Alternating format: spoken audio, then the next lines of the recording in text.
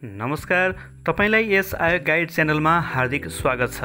आउनुहोस् आज सुरु गरौँ सङ्घ अन्तर्गतको प्रास सम्बन्धी यो वस्तुगत सेट 1। यस च्यानलमा तपाईँ शिक्षक सेवा, लोकसेवा लगायतको आयोग तयारीका लागि अति नै महत्त्वपूर्ण सामग्रीहरू पाउन सक्नुहुन्छ।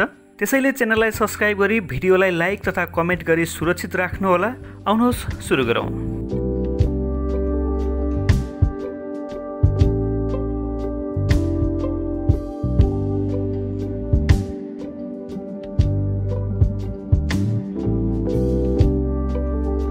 प्रश्न 1। मानिसका आन्तरिक शक्तिहरूको स्वाभाविक, सुव्यवस्थित र प्रगतिशील विकास गर्नु नै शिक्षा हो। शिक्षा सम्बन्धी यो भनाइ कसको हो? कमेनियस, पेस्टालोजी, फ्रोबेल, प्लेटो। यसको उत्तर हो ख, पेस्टालोजी। यो भनाइले शिक्षाको व्यापक अर्थलाई दर्शाउँदछ। 12औं राष्ट्रिय जनगणना 2078 को नारा के निर्धारण गरिएको छ? कोही नछुटुन्, कोही नदोहोरिउन्, मेरो गणना मेरो सहभागिता, यथार्थ गणना राष्ट्रको चाहना, स्पष्ट र यथार्थ गणना सबैको चाहना। सही जवाफ हो मेरो गणना मेरो सहभागिता। 12औं जनगणना 2078 जेठ 25 देखि असार 8 गतेसम्म बहुमोडेल विधिबाट हुनेछ। प्रश्न 3। शिक्षक पेशागत विकास कार्यक्रम टिपिडी कहिलेदेखि देशभर कार्यान्वयन गरिएको हो? 66-67, 67-68, 68-69 र 64-65। यसको उत्तर हो क, 66-67। यस कार्यक्रमको मोड्युल संरचना भाग 1 तालिम कार्यशाला 5 दिन, भाग 2 स्वाध्ययन अभ्यास, भाग 3 शैक्षिक परामर्श गरी 3 चरणमा सञ्चालन हुन्छ। प्रश्न 4। विद्यालय समुदाय बीच असल सम्बन्ध स्थापनामा सघाउनु निरीक्षणको कस्तो कार्य हो? व्यावसायिक कार्य, प्रशासनिक कार्य, समन्वयात्मक कार्य र मूल्याङ्कन सम्बन्धी कार्य। यसको उत्तर हो ग, समन्वयात्मक कार्य। निरीक्षण र सुपरिवेक्षणमा फरक छ। निरीक्षण आदेशात्मक हुन्छ भने सुपरिवेक्षण परामर्शात्मक तथा सहयोगात्मक हुन्छ। 5। विद्यालय शिक्षामा अक्षराङ्कन पद्धति कार्यान्वयन कार्यविधि 2072 को चौथो संशोधन कहिले भएको हो? 73-12-17, 74-10-17, 75-5-1, 75-10-17। यसको सही उत्तर हो ग, 75-5-1। सो कार्यविधि पाठ्यक्रम विकास तथा मूल्याङ्कन परिषदको 72-8-23 को बैठकबाट पारित भई 72-8-24 मा नेपाल सरकारबाट स्वीकृति भएको हो। प्रश्न 6। निजामती सेवा अन्तर्गत राजपत्राङ्कित पदमा उम्मेदवार हुन तलको कुन अवस्था योग्य मानिन्छ? 18 वर्ष उमेर पुरा भएको, 21 वर्ष उमेर पुरा भएको, गैर नेपाली नागरिक, फौजदारी अभियोगमा अदालतबाट कसुरदार ठहरिएको। यसको उत्तर हो ख, 21 वर्ष उमेर पुरा भएको। राजपत्र अनङ्कित र श्रेणीविहीन पदमा 18 वर्ष र राजपत्राङ्कित पदमा 21 वर्ष पुरा भएको हुनुपर्दछ। प्रश्न 7। शिक्षा ऐन 2028 को 8औं संशोधन अनुसार जिल्ला शिक्षा समितिमा जम्मा कति सदस्य रहने व्यवस्था छ? 8, 9, 10, 11। उत्तर हो ग, 10। जिल्ला शिक्षा समितिमा 5 जना मनोनित र 5 जना पदेन सदस्य गरी जम्मा 10 जना सदस्य हुन्छन्। प्रश्न 8। नेपालमा विक्रमसम्म 2007 सालमा कति प्रतिशत निरक्षरता रहेको थियो? 2%, 3%, 65%, 98%।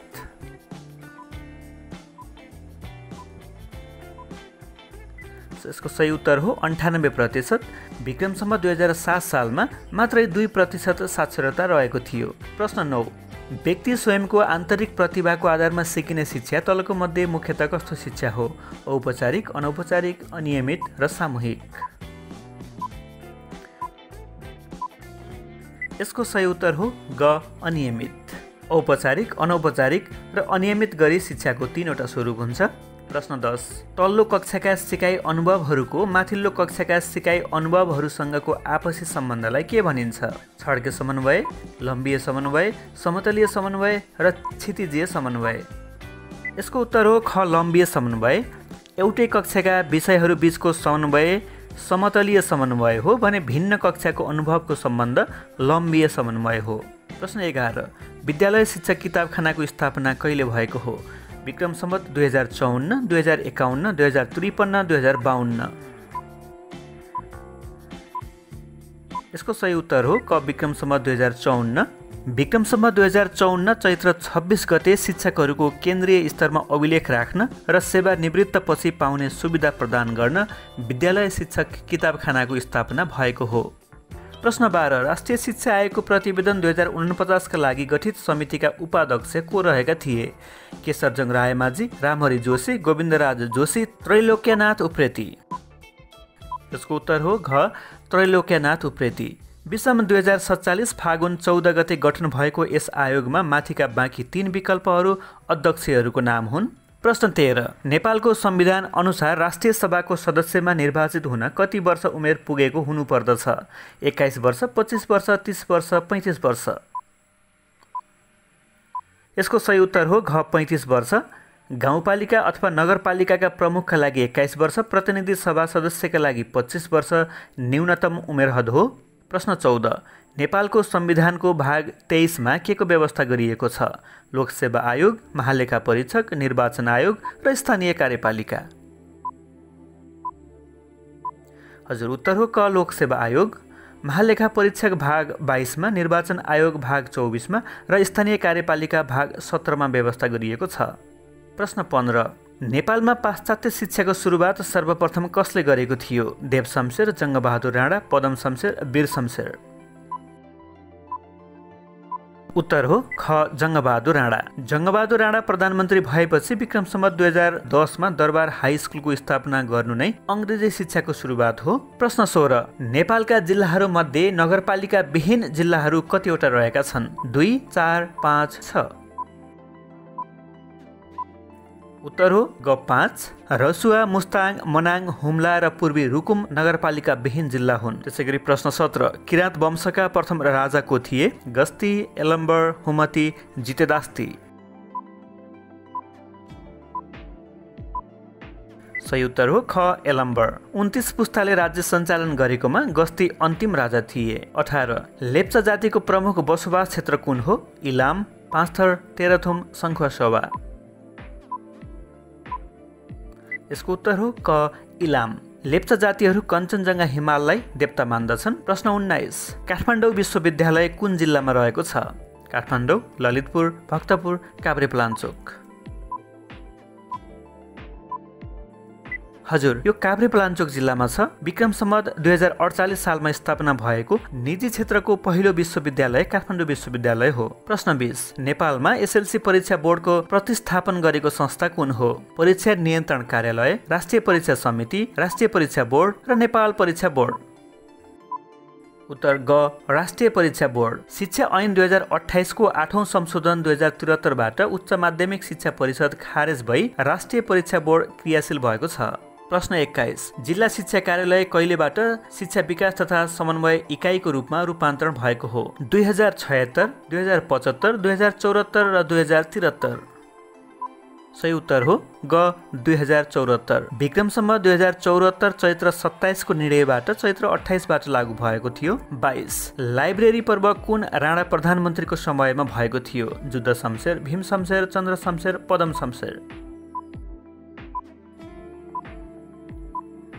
यसको उत्तर हो भीम शमशेर। विक्रम सम्वत 1987 मा लक्ष्मी प्रसाद देवकोटा सहित 46 जनाले खोलेको पुस्तकालय जरिवाना सहित राणाहरूले बन्द गराएको घटना लाइब्रेरी पर्व हो। प्रश्न 23। मकैको खेती नामक पुस्तकका लेखक को हुन्? कृष्णलाल अधिकारी, लक्ष्मी प्रसाद देवकोटा, भैरव अर्याल, जय पृथ्वी बहादुर सिंह। उत्तर हो सुब्बा कृष्णलाल अधिकारी। विक्रम सम्वत 1973 मा राणाहरूको विरुद्धमा चेतना फैलाउन सो पुस्तक लेखिएको अभियोगमा उनलाई कोर्राले हिर्काई 9 वर्ष जेल सजाय दिएकोमा जेलमै उनको मृत्यु भएको थियो। प्रश्न 24। विद्यार्थीहरूको सिपको मूल्याङ्कन गर्ने सबैभन्दा उपयुक्त विधि तलको मध्ये कुन हो? मौखिक परीक्षा, अन्तर्वार्ता, निरीक्षण, अवलोकन। उत्तर हो अवलोकन। प्रश्न 25। प्राविधिक शिक्षा तथा व्यावसायिक तालिम परिषदको मुख्य दूरदृष्टि के हो? सिपयुक्त तथा प्रविधियुक्त नेपाल, सिपयुक्त र व्यावसायिक नेपाल, सिपयुक्त नेपाल र समृद्ध जनता, सिपयुक्त र प्राविधिक नेपाल। यसको उत्तर हो सिपयुक्त नेपाल र समृद्ध जनता। यस परिषदको ऐन 2045 फागुन 12 गते ल्याइएको थियो। प्रश्न 26। राष्ट्रिय शिक्षा आयोगको प्रतिवेदन 2049 ले गरेको विद्यालय शिक्षाको संरचना कुन हो? 5+3+2, 5+3+2+2, 5+2+3 र 4+3+3+2। उत्तर हो ख 5+3+2+2। शिक्षाको राष्ट्रिय उद्देश्य 7 वटा, 4 तहको उच्च शिक्षा, 3 तहको माध्यमिक शिक्षा र 5 धारमा उच्च माध्यमिक शिक्षा लगायतको व्यवस्था गरिएको थियो। प्रश्न 27। आर्थिक वर्ष 2077-78 को बजेटमा शिक्षा क्षेत्रमा कति प्रतिशत बजेट विनियोजन गरिएको छ? 10.52, 11.46, 11.64 र 11.23। उत्तर हो ग 11.64। गत आर्थिक वर्षमा 10.64% रहेको थियो। प्रश्न 28। 14औं योजनाको अन्त्यसम्ममा माध्यमिक तहको खोद भर्ना दर 45% पुर्याउने लक्ष्य लिएकोमा कति पुगेको थियो? 43.5%, 45%, 46% र 37.7%। यसको सही उत्तर हो ग 46%। आधारभूत तह 1/8 मा खोद भर्ना दर 93% पुगेको छ। प्रश्न 29। चालु 15औं योजनाले लिएको दीर्घकालीन सोच अन्तर्गत विक्रम सम्वत 2087 सम्ममा देशले के कुरा हासिल गर्ने लक्ष्य लिएको छ? विकासशील देशमा स्तर उन्नति गर्ने, मध्यम आय स्तर भएको मुलुकमा स्तर उन्नति गर्ने, उच्च आय स्तर भएको मुलुकमा स्तर उन्नति गर्ने र उच्च मध्यम आय स्तर भएको मुलुकमा स्तर उन्नति गर्ने। यसको उत्तर हो घ उच्च मध्यम आय स्तर भएको मुलुकमा स्तर उन्नति गर्ने। चालु योजना पञ्चवर्षीय योजना हो। विक्रम सम्वत 2079 सम्ममा अति कम विकसित देशबाट विकासशील देशमा स्तर उन्नति गर्ने लक्ष्य लिएको छ। 30। विद्यालय शिक्षाको राष्ट्रिय पाठ्यक्रम प्रारूप 2076 नेपाल सरकारबाट कहिले स्वीकृत भएको हो? विक्रम सम्वत 2076 5/19, 76 5/20, 76 5/21 र 76 5/25। उत्तर हो ख 76 5/20। विक्रम सम्वत 2076 5/19 मा पाठ्यक्रम विकास तथा मूल्याङ्कन परिषदबाट स्वीकृत भई शैक्षिक सत्र 2077 देखि लागू गरिएको हो। प्रश्न 31। सम्पूर्ण शिक्षकहरूको नोकरी अभिलेख अद्यावधिक गर्ने निकाय कुन हो? शिक्षा विकास तथा समन्वय इकाइ, शिक्षा विकास तथा मानव स्रोत विकास केन्द्र, विद्यालय शिक्षक किताबखाना र स्थानीय तह शिक्षा शाखा। हजुर, विद्यालय शिक्षक किताबखाना हो। शिक्षकहरूको निवृत्त भरण, उपदान, औषधि उपचार खर्च आदिको व्यवस्था समेत शिक्षक किताबखानाले गर्दछ। प्रश्न 32। समान कामका लागि लैङ्गिक आधारमा पारिश्रमिक तथा सामाजिक सुरक्षामा कुनै भेदभाव गरिने छैन भन्ने हक कुन मौलिक हक अन्तर्गत पर्दछ? समानताको हक, श्रमको हक, महिलाको हक र न्याय सम्बन्धी हक।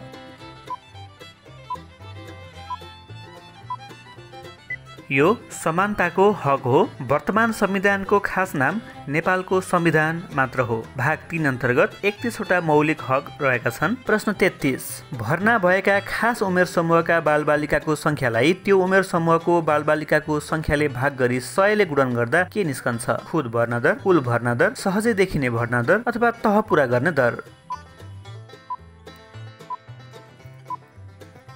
उत्तर हो क खुद भर्ना दर। प्रश्न 34। कुन दिनलाई विद्यालयको तथ्याङ्क दिवसको रूपमा मनाइन्छ? वैशाख 7, जेठ 9, जेठ 7, असार 6। उत्तर हो ग जेठ 7। विक्रम सम्वत 2061 जेठ 7 देखि फ्ल्यास भर्ने कार्यको सुरुवात भएकोले सो दिनलाई दिवसको रूपमा मनाउन थालिएको हो। प्रश्न 35। सबैका लागि शिक्षाको सुरुवात कहाँको सम्मेलनबाट भएको हो? जेमतिन, डकार, माले, इन्चोन। यसको उत्तर हो क जेमतिन। सन् 1990 मा थाइल्यान्डको जेमतिनमा भएको सम्मेलनबाट सुरु भएको हो। प्रश्न 36। नेपालमा औपचारिक रूपमा प्राविधिक तथा व्यावसायिक शिक्षाको सुरुवात कहिलेबाट भएको हो? विक्रम सम्वत 1990, 1996, 2007 अथवा 1999। उत्तर हो घ 1999। विक्रम सम्वत 1999 मा प्राविधिक तालिम शिक्षालय अर्थात् हालको पुल्चोक इन्जिनियरिङ कलेजको स्थापना भएपछि सुरुवात भएको हो। प्रश्न 37। नेपालको इतिहासमा विक्रम सम्वत 2064 12/28 गते कुन घटनाका लागि प्रसिद्ध छ? बृहत शान्ति सम्झौता, धर्मनिरपेक्षता घोषणा, संविधान सभाको पहिलो निर्वाचन अथवा प्रतिनिधि सभाको निर्वाचन। उत्तर हो ग संविधान सभाको पहिलो निर्वाचन। तोकिएको समयमा संविधान बन्न नसकी विक्रम सम्वत 2070 मङ्सिर 4 गते पुनः संविधान सभाको दोस्रो निर्वाचन सम्पन्न भएको थियो। प्रश्न 38 विक्रम सम्वत 2007 सम्ममा नेपालमा कतिवटा माध्यमिक विद्यालय रहेका थिए? 2 वटा, 11 वटा, 16 वटा, 23 वटा।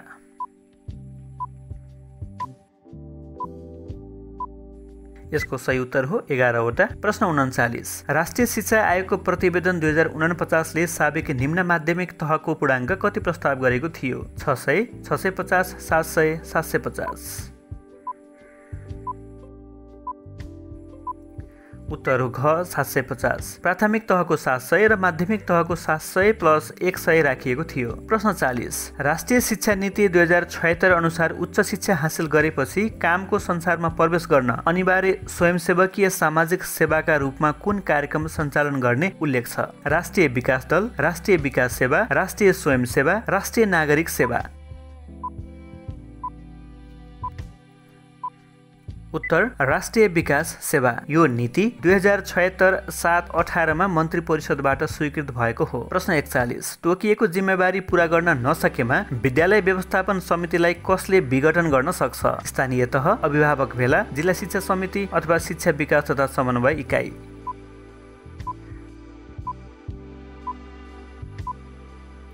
उत्तर ग जिल्ला शिक्षा समिति। शिक्षा ऐन 2028 को दफा 12 क मा यो व्यवस्था गरिएको छ। प्रश्न 42 नेपालमा औपचारिक रूपमा महिला शिक्षाको सुरुवात कसको पालामा भएको हो? देव शमशेर, वीर शमशेर, चन्द्र शमशेर, पदम शमशेर। सही उत्तर हो ख वीर शमशेर। वीर शमशेरको पालामा भारतीय गंगाबाईले सुरुवात गरेको मानिन्छ। प्रश्न 43 प्राविधिक शिक्षा तथा व्यावसायिक तालिम परिषदको अध्यक्ष को हुन्छ? शिक्षा सचिव, शिक्षा मन्त्री अथवा राज्य मन्त्री, परिषदको निर्देशक। उत्तर ग शिक्षा मन्त्री अथवा राज्य मन्त्री। प्राय परिषद तथा सभाको अध्यक्ष शिक्षा मन्त्री वा राज्य मन्त्री हुने गर्छ। प्रश्न 44 शिक्षा ऐन 2028 को 8औं संशोधनले सामाजिक, आर्थिक वा भौगोलिक रूपमा पछाडि परेका व्यक्तिलाई विभेदरहित वातावरणमा दिइने शिक्षालाई कस्तो शिक्षाका रूपमा परिभाषित गरेको छ? विषय शिक्षा, समाहित शिक्षा, समावेशी शिक्षा वा सम्मिलित शिक्षा। उत्तर हो ग समावेशी शिक्षा। प्रश्न 45 नेपाल खुला विश्वविद्यालय ऐन कहिले जारी भएको हो? विक्रम सम्वत 2072, 2073, 2074, 2075। उत्तर ख विक्रम सम्वत 2073। यसको 2073 असार 30 गते ऐन आएको हो। प्रश्न 46 शिक्षा तथा मानव स्रोत विकास केन्द्रमा कतिवटा महाशाखा रहन्छन्? 3, 4, 5, 6। उत्तर क 3 वटा। शैक्षिक योजना तथा विकास, शैक्षिक प्रविधि तथा अनौपचारिक शिक्षा र मानव संसाधन विकास महाशाखा गरी 3 वटा रहन्छन्। प्रश्न 47 विद्यालयका शिक्षकलाई नसिहत दिने वा 2 तलब वृद्धि रोक्का गर्ने सजाय कसले दिन सक्छ? विवेश, गाउँ अथवा नगरपालिका, शिक्षा अधिकारी, प्र वा शिक्षक अभिभावक सङ्घ। यसको सही उत्तर हो ग प्र। प्रश्न 48 लिखित सूचना बिना कति दिनसम्म विद्यालयमा अनुपस्थित रहेमा शिक्षकलाई नोकरीबाट हटाउन सकिन्छ? 7 दिन, 15 दिन, 30 दिन, 45 दिन। उत्तर हो ख 15 दिन। प्रश्न 49 निजामती सेवा दिवस हरेक वर्ष कुन दिन मनाइन्छ? भाद्र 19, भाद्र 21, भाद्र 22 वा भाद्र 26। यसको उत्तर हो ग भाद्र 22। 2013 भाद्र 22 गते सर्वप्रथम निजामती सेवा ऐन आएको थियो। अन्तिममा प्रश्न 50 तलको कुन मूल्याङ्कनको विशेषता हो? निरन्तर चलिरहने प्रक्रिया हो, निश्चित समयमा गरिन्छ, विषयवस्तुको ज्ञानको जानकारी लिन प्रयोग गरिन्छ वा मूल्याङ्कन साधन हो।